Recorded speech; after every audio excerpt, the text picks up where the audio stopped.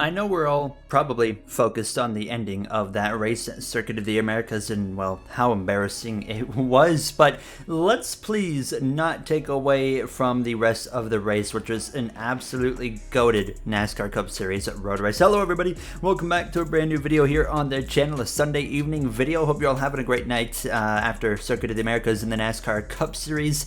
If you're a Daniel Suarez fan like me, you're probably not the most happy right now, and I can tell you I'm not very thrilled with the ending of that race in Circuit of the Americas. But NASCAR, they brought a brand new package from the last season coming into this year for road races and short tracks. And, you know, lower downforce is the main aspect of this package. And I can tell you what, I mean, for the road course here for the first one of the season at Circuit of the Americas, it was an absolutely awesome race. Definitely the best race at COTA so far. And I think we've been proven if you give these guys a good package, they can put on a really good show at Circuit of the Americas. The first, I would say, past 3/4 of the race, the first 90% of the race was absolutely fantastic. Racing was great. There was passing, all throughout the grid as well, passing for the lead. You didn't see them struggling in dirty air this time really much at all. So that was awesome. And of course, a NASCAR Cup car on a road course with really heavy braking zones, it's so much better for these guys to have overtaking opportunities. I think we'll really get a good idea of this package at Sonoma as well, and maybe Watkins Glen for sure. But back on the race, I mean, really good right off the start. The 45 of Tyler Reddick and the 24 of William Byron kind of set themselves as the class of the field. Chastain looked really good. The 48 of Bowman looked good. Daniel Suarez looked really good. Suarez really had, I think, a top 2 car on the long run. He really excelled there, but obviously things didn't quite work out. But we as well saw the first NASCAR race without stage cautions. We still had stages. We saw the first one without stage cautions for the first time since it came into effect in 2017. And I think for the road courses, it's an absolutely fantastic addition, and it really let the race kind of play out naturally, and it was really good because, road courses, when these guys are able to really get after it and side by side all race long, there was constant entertainment throughout the race. I know, obviously, I saw a lot of people saying that this is a great example as to why we should get rid of stage cautions everywhere on ovals as well. And while I do agree that no stage cautions were way better at the road course in today in COTA, which allowed for better strategies to play out and whatnot, I do think, there's a huge trade-off because ovals, I'm down to try no cautions. However, I think it would be great for strategy as well. I think there's a lot of wins there.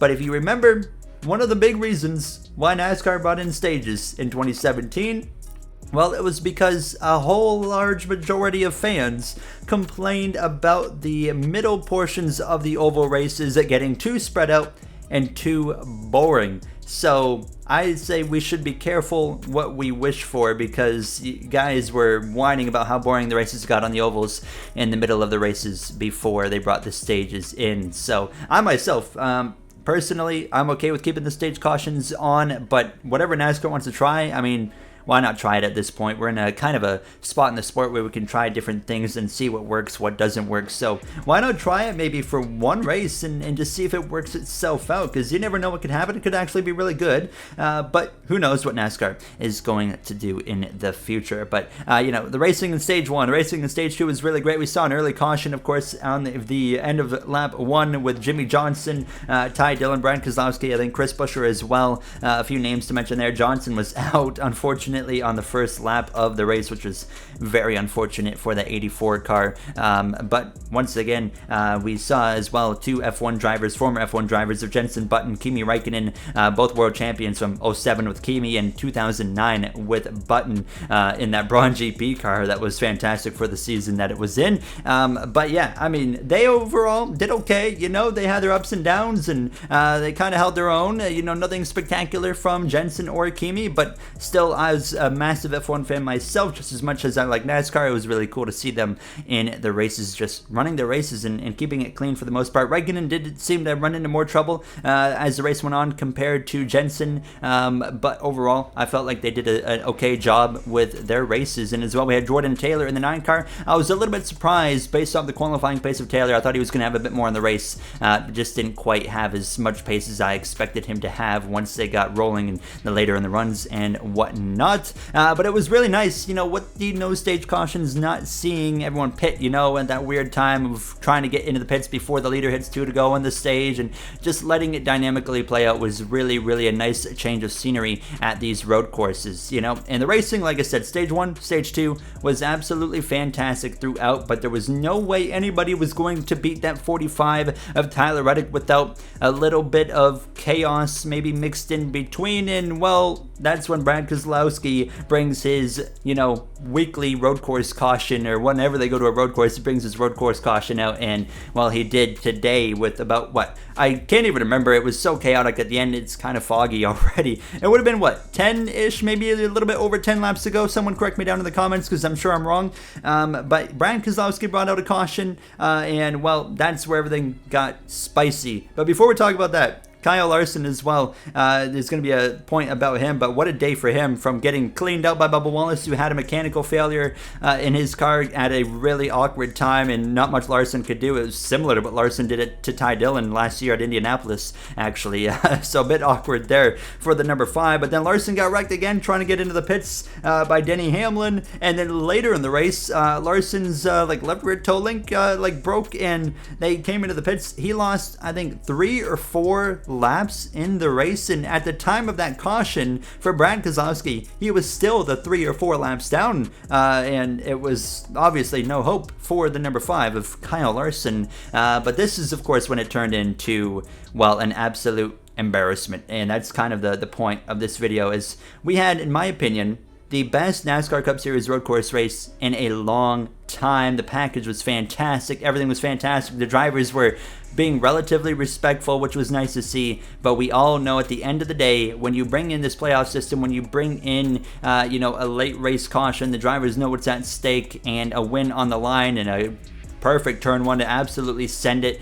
You know what's coming, and we got exactly what we expected. I would rate the first part of the race, the first 90% of the race before that late caution, I'd give it an 8 out of 10. Absolutely fantastic racing, but we go into this final part of the race, and it turns into the NASCAR road course finishes that we're used to, unfortunately, in these 2020s era. And that is just full-blown chaos, dive bombs, Bodo's mode, cars wrecking each other, and NASCAR got a little bit excited, in my opinion, with the cautions there. I think we could have maybe gotten away with some of those debris calls a bit.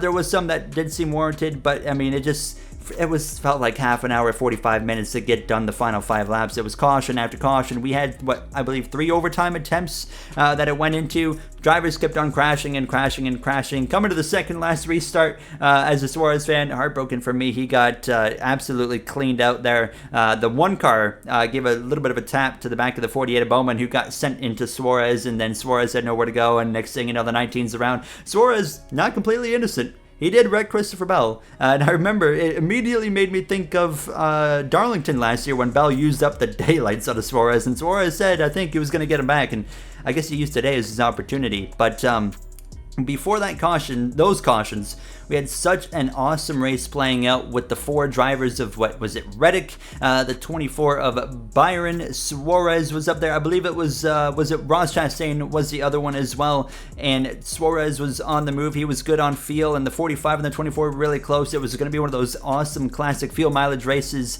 but not to where, it's stupid fuel mileage races. It was going to be really a nail biter, and I was excited for it to play out until the chaos happened. But, we finally get all this chaos out of the way, and Tyler Reddick comes out with the win. Kyle Busch probably was the most respectful racer aside from Tyler Reddick and maybe William Byron the whole day. Absolutely got to give credit to Kyle Busch, who could have used up the daylights out of the 45 and just didn't, which was awesome to see from Kyle Busch. But, just so frustrating, to watch one of the greatest road course races I've seen in a long time go to that at the end, and it was, you know, no different than the end of the road course races that we've seen in the past few years. You get these really, really awesome races, and then you get absolutely embarrassing final laps, and I mean, that is never a good look for any motorsport to have, you know, your last handful of laps look like that, and it was just really unfortunate. No respect is kind of the motto of the road courses, and well, it certainly continued today in Circuit of the Americas.